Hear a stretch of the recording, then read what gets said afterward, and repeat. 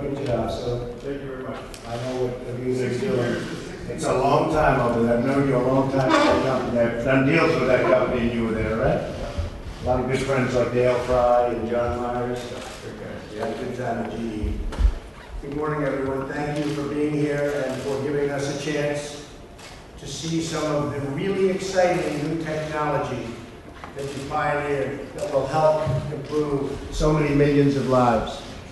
I want to thank my Office of Science and Technology, and this has been a great office. They have done such incredible work for organizing today's event and for bringing these wonderful business leaders, and they are at the top, together to talk about the importance of emerging technologies. I want to thank Secretary Ross for joining us today. Wilbur, thank you very much. And we just got back from Iowa last night, a big speech in Iowa that was an amazing group of people. Those people were excited. I guess most people saw it, but they were excited. Wilbur's done a fantastic job, and I want to thank you very much for it, Wilbur. Everybody understands it. Wilbur, as Jeff, as you know, Wilbur is known as just Wilbur on Wall Street. They don't even call him Wilbur Ross. They just say, oh, Wilbur's involved, right? He's done a great job. Thank you. And Mr. Vice President, thank you very much for being here. We've had some busy schedules, and we have a thing called healthcare that you may hear is percolating on the outside as we discuss. And I think it's going to come out. Obamacare is a disaster. It's dead, totally dead, and we're putting in a plan today that's going to be negotiated. We'd love to have some Democrat support, but they're obstructionists. They'll never support.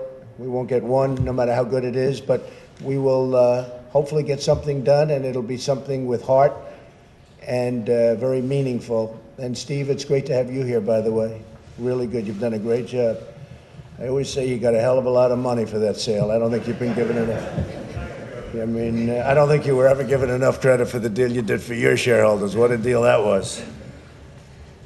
Too many years of excessive government regulation. We have had regulation that's been so bad, so out of line, that it's really hurt our country. And as you see, on a daily basis, we're getting rid of regulation. In fact, Dodd-Frank is now being cut, and cut very substantially. We'll have tremendous safeguards, but we're going to have banks that are going to be able to loan money to people so they can open businesses and do what they used to be able to do in this country.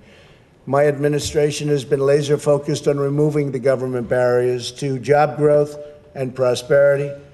We formed a deregulation task force inside every agency to find and eliminate wasteful, intrusive, and job-killing regulations, of which we've had many. We want our innovators to dream big, like the folks around me and surrounding me in this room. And we want them to create new companies and to create lots of jobs. Your industry has been incredible. Your representation of your companies, this is the reason you're here, has been something that has created so many millions of new American jobs, and probably jobs in many other countries also. But we're interested right now in America first. We're on the verge of new technological revolutions that could improve virtually every aspect of our lives, create vast new wealth for American workers and families, and open up bold new frontiers in science, medicine, and communication. Today's conversation will move America one step closer to that bright future that we're all talking about and all longing for in your world. I would love to hear about the discussions you've had this morning with our team, the White House, and get your thoughts on ways government can help unleash the next generation of technological breakthroughs that will transform our lives and transform our country and make us number one in this field. This is a very, very competitive field. You see what's going on in China and so many other countries. And we want to remain number one. We want to go to number one in certain areas where we're not number one. And we're going to give you the competitive advantage that you need. So thank you all very much for being here. On behalf of myself and my great Vice President, it's been a meeting that we actually both look very much forward to attending. And maybe if I could, I'm going to ask the group and for the media, they can stay and see some of the folks. Just to your company name and yourself, and maybe a very, very brief remark, because we have a lot of people. And we'll start maybe from my left. Diane? Good morning. Mr. President, can you hear me? Mr. President, Mr. Vice President, Secretary Ross, Ivanka, Jared, everyone here, Diane Gibbons from Trumbull and Mand. We fly drones in challenging austere environments in the energy sector, primarily for oil and gas and environmental initiatives. Today I was part of the Unmanned Aircraft Systems talk, and I'm very much a proponent of supporting STEM, women, and veterans towards innovation and job creation. Thank you, Diane. Good morning, and thank you, Mr. President, for the privilege to be here, and Vice President, all the distinguished members of the Cabinet. I represent Honeywell, and we play in many different segments, including aerospace, automobiles, homes, buildings, oil and gas, and it's a pleasure to be here to talk about a very important opportunity for U.S. competitiveness, that being IoT. Thank you. By the way, Honeywell, great company. That is a great company. And so is yours, by the way. No, thank you. Good morning. My name is Aman Verji. I'm the Chief Operating Officer of 500 startups. We've invested in over 1,800 companies, making us the most active venture capital firm in the world. We're a venture capital firm and accelerator headquartered in Silicon Valley with about 150 employees all over the world now.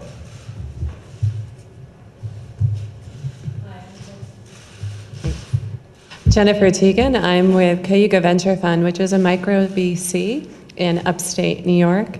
I work in underserved capital regions of the United States that need desperately more capital to support the entrepreneurs and the innovative ideas that are coming out of places that are outside of New York City, Silicon Valley, and Boston.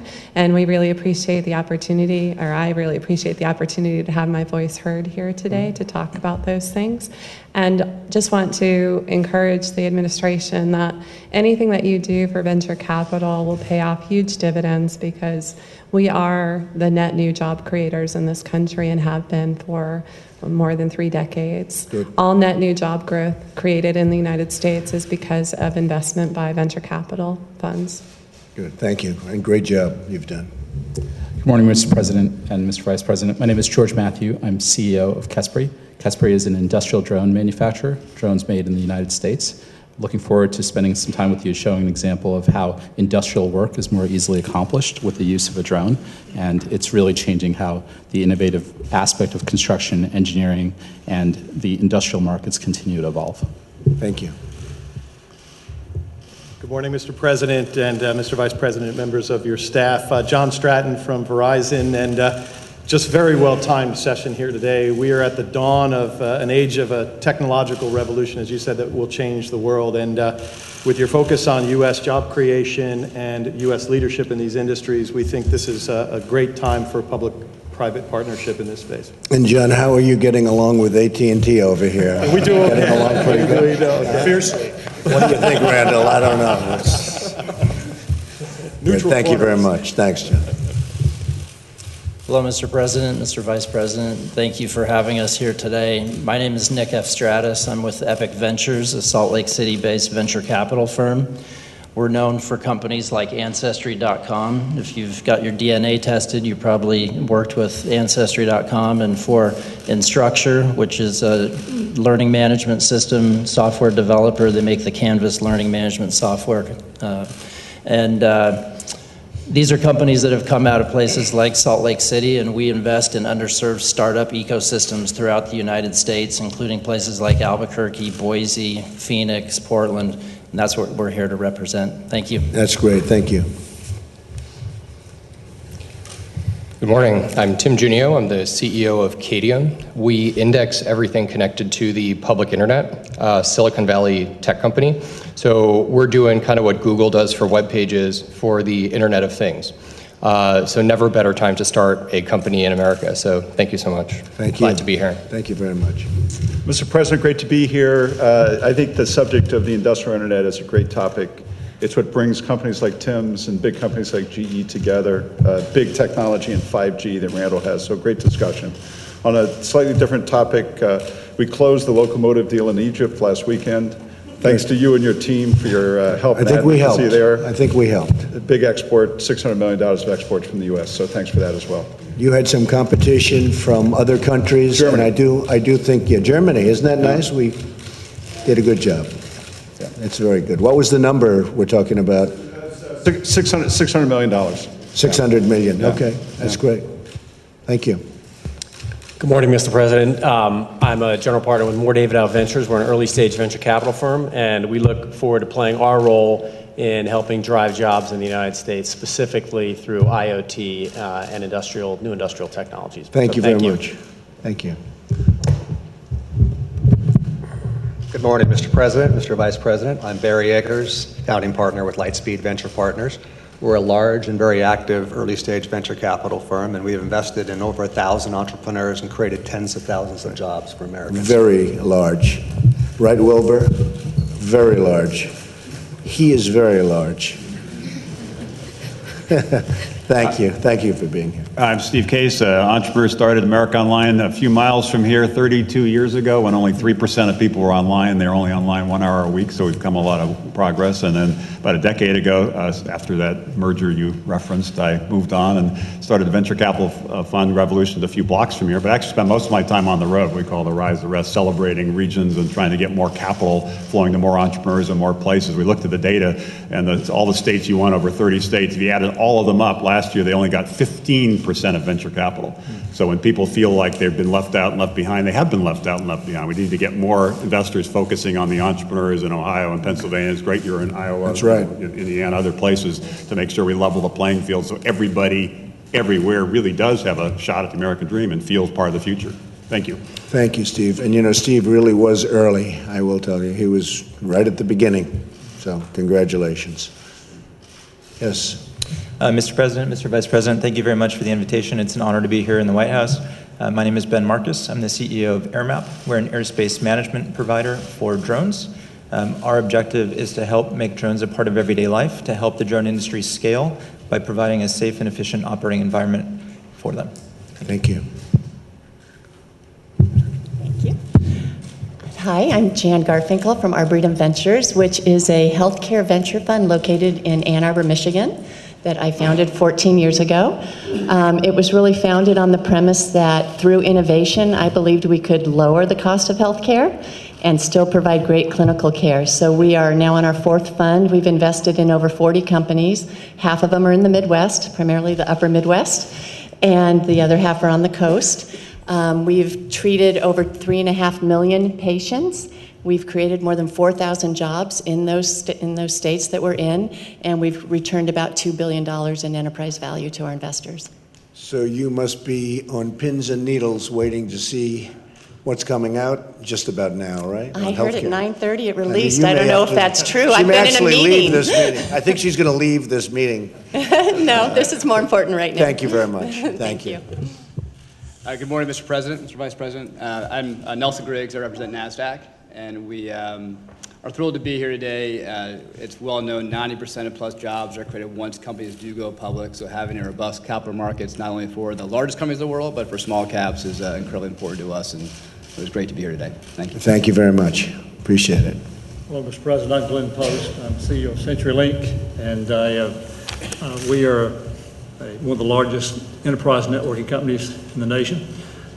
We are focused on improving the lives of people and improving companies by connecting them really to the power of the digital world in this nation and really globally. I just want to express my appreciation for your efforts to create an environment in which we can see that's favorable to economic growth, less regulation, potential of lower taxes. Your efforts are clearly seen, and I appreciate that. Well, thank you very much. We just had come out a poll on enthusiasm. It's the greatest enthusiasm in the history of this poll, which I think is 28 years old. Business enthusiasm in terms of manufacturers and general business. So I appreciate you saying that. And we're doing well. The stock market's hit new records. Never like to talk about that too much because you don't know what's going to happen as you leave. But we have hit new records and created almost $4 trillion in value. That's lot since Election Day, so that's quite a statement. Let's keep it going that way, right? But I appreciate it. You've done a great job, by the way. Yes, sir. Mr. President, Mike Sievert from T-Mobile. Thank you for including us.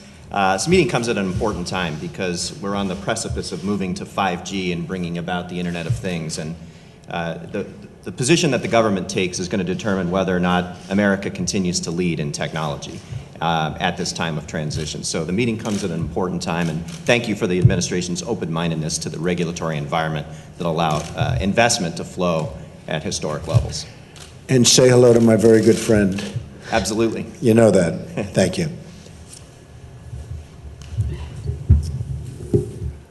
Hello, Mr. President, Mr. Vice President, many of my fellow colleagues and friends around the table. My name is Michael Chasen. I am the president of Precision Hawk. We are a drone company as well. We provide advanced drone technology and sensors to many farmers in the agriculture space, like those in Iowa that you recently just visited, as well as other industries, including construction, energy, and insurance. And it is an incredible booming industry. There's a number of drone companies sitting around the table. But the one thing that I do want to raise is this is actually the one industry where we actually need a little bit more regulation, because the default is actually limiting what drone technology can do, and we need the FAA and the other regulatory bodies have a little bit more power to regulate opening up those opportunities so we can stay competitive with other countries. Okay. So it's one of the few areas we'd like to see a little more regulation to actually open up opportunity. Okay. Prior to Precision Hawk, I was the co-founder and CEO of Blackboard, a large education company. So also something I'm incredibly passionate about. And actually, several investors in my previous ventures are also here around the table. I think you've assembled an incredible group of people. And I really hope that the voices are heard, because I do believe that excitement today is more than it's been in quite some time about the economic opportunity here in America. And I want to see that momentum continue. So congratulations on the great job you've been doing, and let's continue to move things forward.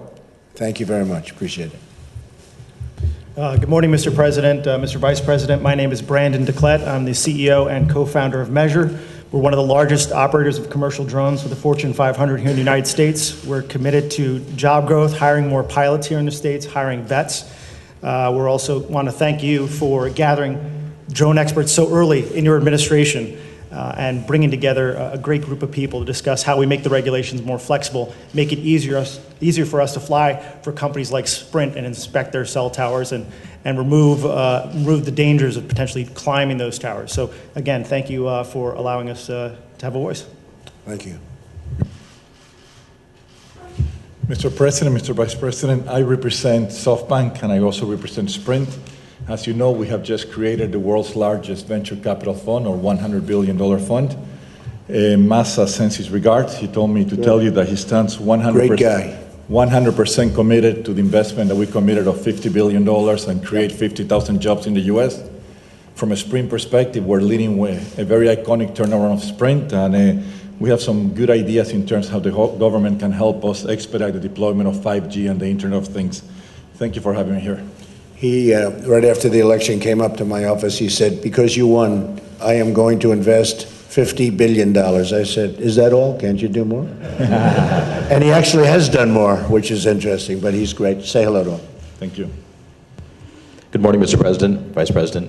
My name is Jazz Banga. I'm with a company called Airspace Systems out of San Francisco. Our mission is to protect those who cannot protect themselves. We protect everything from baseball stadiums to amusement parks from rogue drones. Very much appreciate being part of this conversation. Thank you. Thank you. Mr. President, Mr. Vice President, can you hear me? Yeah, I'm Peter Barris. I'm chairman of NEA, and that's not the National Endowment for the Arts. That's New Enterprise Associates. We're a large, diversified venture firm based here in Washington and in Silicon Valley, but we invest across the U.S. and in other parts of the world like China and India and Israel. I thought we were the largest until the 100 billion came along, but we've invested about our 20 billion in assets, a third in healthcare and 2/3 in the technology space. And I really appreciate having this session today. And I thought we had a very constructive discussion today about ways to affect policy to support emerging technologies. Good. Thank you very much.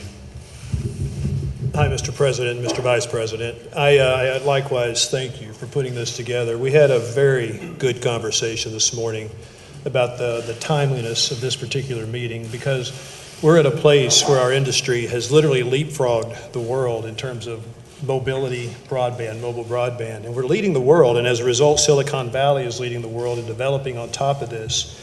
And as we now move into a world of 5G, we're at a place where if we get this right, we probably lead the world for another era of mobile broadband deployment. And the people around this table in the telecom industry have invested more in the United States of America than any other industry since 2007. And getting this right just continues that kind of investment. In fact, this industry invested through the financial crisis, the downturn, invested right through that cycle, and we came out the back end leading the world in mobile broadband technology. So it's an exciting time, and we're very appreciative of you putting this together.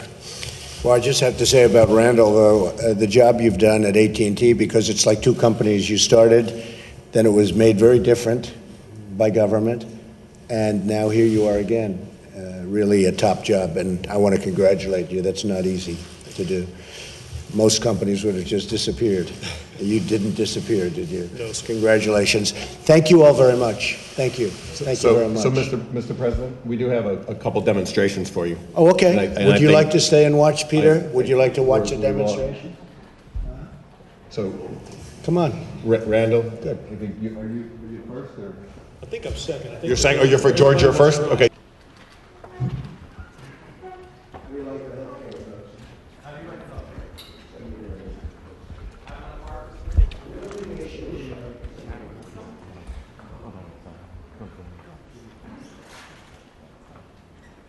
President, I don't know if you want me to bring the drone over or you can come over here. Yeah. So we heard this is the first drone that's been inside the White House. It's amazing what they've done is. So this is manufactured in the U.S. in Menlo Park. This is a 3D arm. This is a carbon fiber arm, 3D printed. So very strong. Yes, you can hold it actually. Yeah, so there you go. So here you see this is precision GPS incorporated directly into the drone. We have a downward visual sensor, a one-dimensional forward-facing LiDAR, 900 megahertz radio, which we're using LTE networks to directly communicate back into our cloud infrastructure. And so what we wanted to show you was a little bit more about the use of the Kesbury drone for industrial work. And first and foremost, I want to introduce you to John Davenport, who's actually doing a lot of work in the construction space. Thank you for your service. Thank you.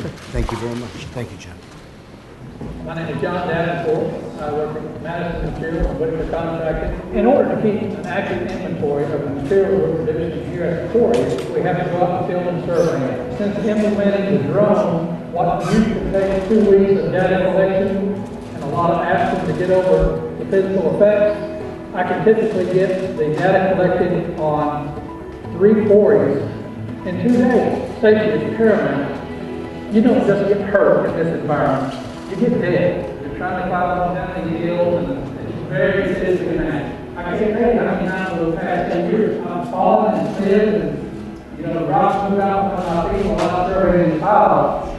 And it's a blessing to fly over the top of them. I really enjoy that. I can come out and fly in there and upload that data. I can go quickly. How big is this area? How much volume is in this area? It goes, it's just a volume. I mean, in a second, it can be 58. It can be a huge area. The drone is more accurate than I am, simply because it's getting more points. In a word, I would describe it as efficiency. So this fully autonomous drone works on behalf of John and the team at Whitaker Construction. So John, if you want to say a little bit more to the President about how you've seen that experience been. We have to go out in the field and survey. 25 years ago, we didn't even know what a cell phone was. 2 weeks of data collection. And we look today and we can actually, just our life is kind of evolved around the technology. It's life-changing. This drone is life-changing. We're finding out daily, not in the quarry side of things, but in the construction side of things, and other uses. We've actually started 2 other businesses up off the same drone, just using it in a different way.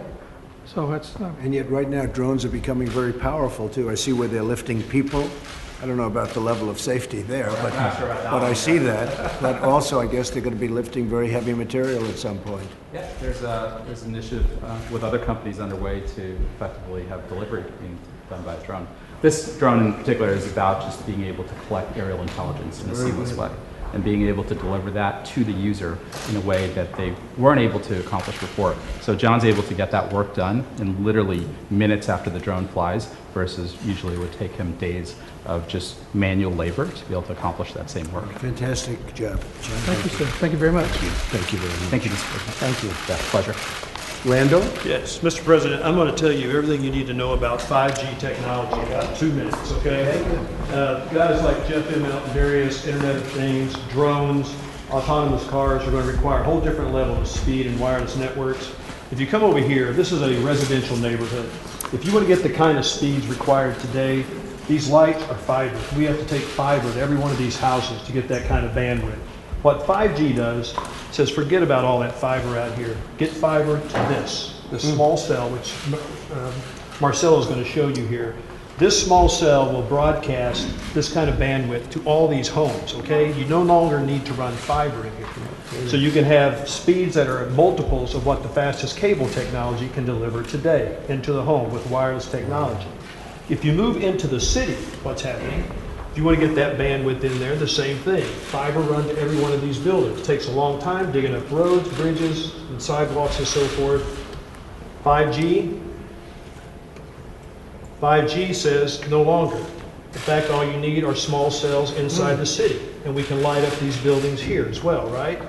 And then as you move to Wi-Fi, we have Wi-Fi deployed in these buildings all over the place, so customers moving in and out of a Wi-Fi arrangement. You can see the old big cell technology sitting on top of buildings, broadcasting throughout the city. But down on the street level, the customer is being put on whatever network gives them the fastest speeds. This could be an autonomous car, it could be any number of things. And so as the car moves, it gets moved back and forth between the networks into another 5G deployment, and you're getting these kind of multiple gigabit speeds throughout cities without all the fiber having to be deployed into all these buildings. Really accelerates it, makes us get to the market much faster. So 5 years ago, 10 years ago, you couldn't have even imagined Wouldn't have this. thought about it. No, sir, we would not have. And this is 2018. We're deploying this kind of configuration. The companies in here are. And in 2020, it becomes mobile. And so this handset will be getting these speeds. So there has to be a tremendous construction saving too, ultimately. It's a huge construction saving. You don't have to deploy all this fiber. And you see this little cell site here. You're going from deploying these big cell sites and towers to deploying these all over cities. That's what Marcelo is going to show you, what this technology looks like now. So, Mr. President, if I can summarize 5G, is $275 billion of investment in the next 7 years, the creation of 3 million new jobs, and a contribution of $500 billion to the GDP of the United States. What is different between 4G and 5G? 4G, those were enormous towers that look quite ugly. We're going to move to deploy millions of this, hundreds of thousands, and then millions of small cells all over the United States. The problem that we have is it takes us 1 year to get a city to give us a permit, but it takes us 1 hour to install them. And unless we can install them real fast, we're going to lose that leadership that we have today. Those huge towers, all it is now, is just a small cell.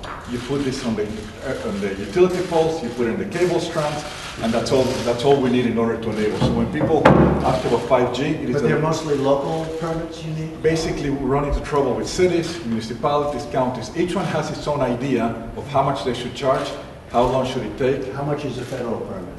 How long does that take? Well, this mainly we go down to the cities. Local. We're working quite well with the FCC. Individual problems with certain cities. There's some cities that takes 30 days, there's some cities that takes 2 years, so it's impossible to deploy. So this is why we need to fix this. And that's what 5G, when everybody talks about 5G. Well, we can do a recommendation to the cities all over the country to get it going, and Gary, maybe they can move it faster, because this is truly a great process. But why don't we do a very strong letter of recommendation so they can get it done much faster? And we're doing that all over the country. You know what we're... Shot clocks. The FCC at one time put in place to deploy these kind of cell sites. Yeah. Shot clocks. You have 180 days to get a permit done, or say no permit. Something similar is going to need to be done. Well, we're doing that with highways. It would take sometimes 15 to 20 years to get permits to build a small road. or a highway. And we are going to bring it down, trying to bring it down to 1 year, maximum 1 year. And you have the same thing. This is much easier. So this is really much easier, believe me. the US is a leader in 4G. We launched 3G. And every country, China, Europe, is basically streamlining the process to get there faster. So this will be going into many other countries?